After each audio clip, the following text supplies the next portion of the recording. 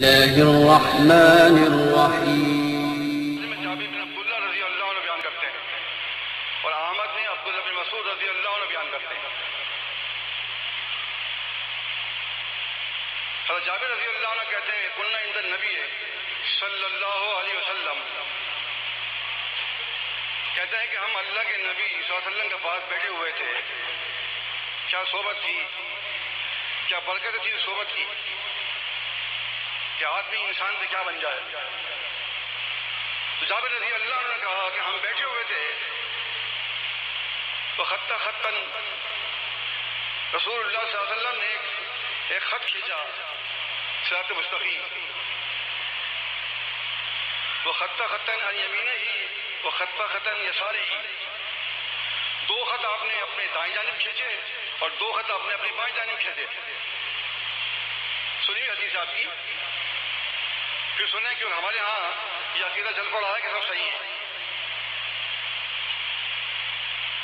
ثم یدا فی خط الاوسط، پھر آپ نے اپنا ہاتھ سیدھے خط پر رکھا صراط مستقیم پر اور فرمایا ھذا سبیل اللہ، کیا فرمایا؟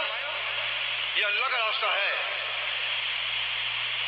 اور جو دائیں بائیں راستے نکالے جو عبداللہ بن مسعود رضی اللہ عنہ کی روایت میں ہے، اس میں یہ ہے خط خطوطا عن یمینہ وعن شمائلہ وقال هذه سبل على كل سبيل منها شیطان يدعو الیہ، وہ صحیح الفاظ ہیں۔ یہ روایت میں کیوں لے کر آیا؟ شیطان کی وجہ سے۔ یہاں کیا بتایا کہ اللہ کے نبی صلی اللہ علیہ وسلم فرماتے ہیں کہ جو خطوط ہیں باہر نکلے ہوئے، ان خطوں پہ شیطان بیٹھا ہوا ہے۔ هذه سبل جمع ہے سبیل کی، جو راستے دائیں بائیں نکالے ہیں آپ نے فرمایا یہ راستے جو ہیں یہ کیا ہے؟ علی کل سبیل منہا شیطان، ہر راستے پہ شیطان بیٹھا ہوا ہے اور وہ بلاتا ہے اس راستے پر ادھر آ جاؤ۔ تو یہاں بھی آپ کو بچنا ہے۔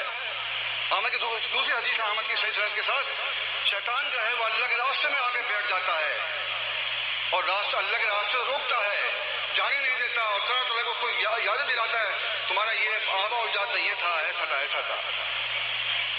اب آدمی جو بھٹک جائے تو بھٹک جائے، اور جس کو بھٹکنا نہیں چاہیے کیونکہ یہ چیز بتائی جا رہی ہے اس لیے تاکہ ایسے راستے سے ہم ہوشیار رہیں۔ پھر آپ نے آیت پڑھ کے بھی بتائی وَأَنَّ هَذَا صِرَاطِي مُسْتَقِيمًا فَاتَّبِعُوهُ وَلَا تَتَّبِعُوا السُّبُلَ فَتَفَرَّقَ بِكُمْ عَنْ سَبِيلِهِ، یہ میرا سیدھا راستہ ہے، اسی راستے کی پیروی کرنا اور راستوں کی پیروی مت کرنا۔ جو دوسرے راستے جو ہیں تمہیں اللہ کے راستے سے گمراہ کر دیں گے، بھٹکا دیں گے۔ تو معلوم یہ ہوا کہ فرقہ بندی شرک ہے، فرقہ بندی کفر ہے، فرقہ بندی اللہ کا عذاب ہے، فرقہ بندی لعنت ہے، فرقوں پر شیطان کا تسلط ہے۔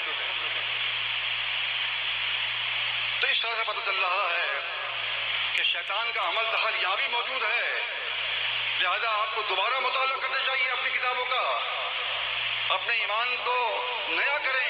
ابن عباس رضی اللہ عنہ بیان کرتے ہیں احمد میں صحیح سند کے ساتھ، کہ فرماتے ہیں اللہ کے نبی صلی اللہ علیہ وسلم ایمان پرانا ہو جاتا ہے، ایمان کو نیا کرنے کے لیے اپنا مطالعہ دوبارہ جاری کریں۔ اس سے کیا ہوگا؟ جو آپ جن چیزوں کو بھول چکے ہیں وہ دوبارہ آپ کے حافظے میں آ جائیں گی۔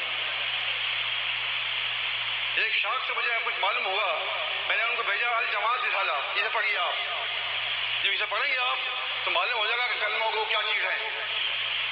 وہاں سے پیغام آیا کہ جی اب ہم نے پڑھ لیا ہے الحمدللہ۔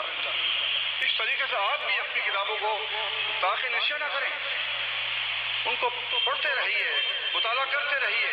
دوسرے لوگ تو اس سے فیضیاب ہو رہے ہیں اور ہمارے لوگ جو ہیں وہ ہاتھ ساتھ رکھ کے آپس میں لڑ رہے ہیں۔ یہ چیز کیا ہے کہ جماعت کو نقصان دے رہی ہے۔ مجھے امید ہے کہ آپ شیطان سے بچنے کے جہاں تک میں نے بتایا ہے ان حدیث کی روشنی میں عمل کریں گے اور شیطان کو شکست دینے کے لیے حتی الامکان کوشش کریں گے۔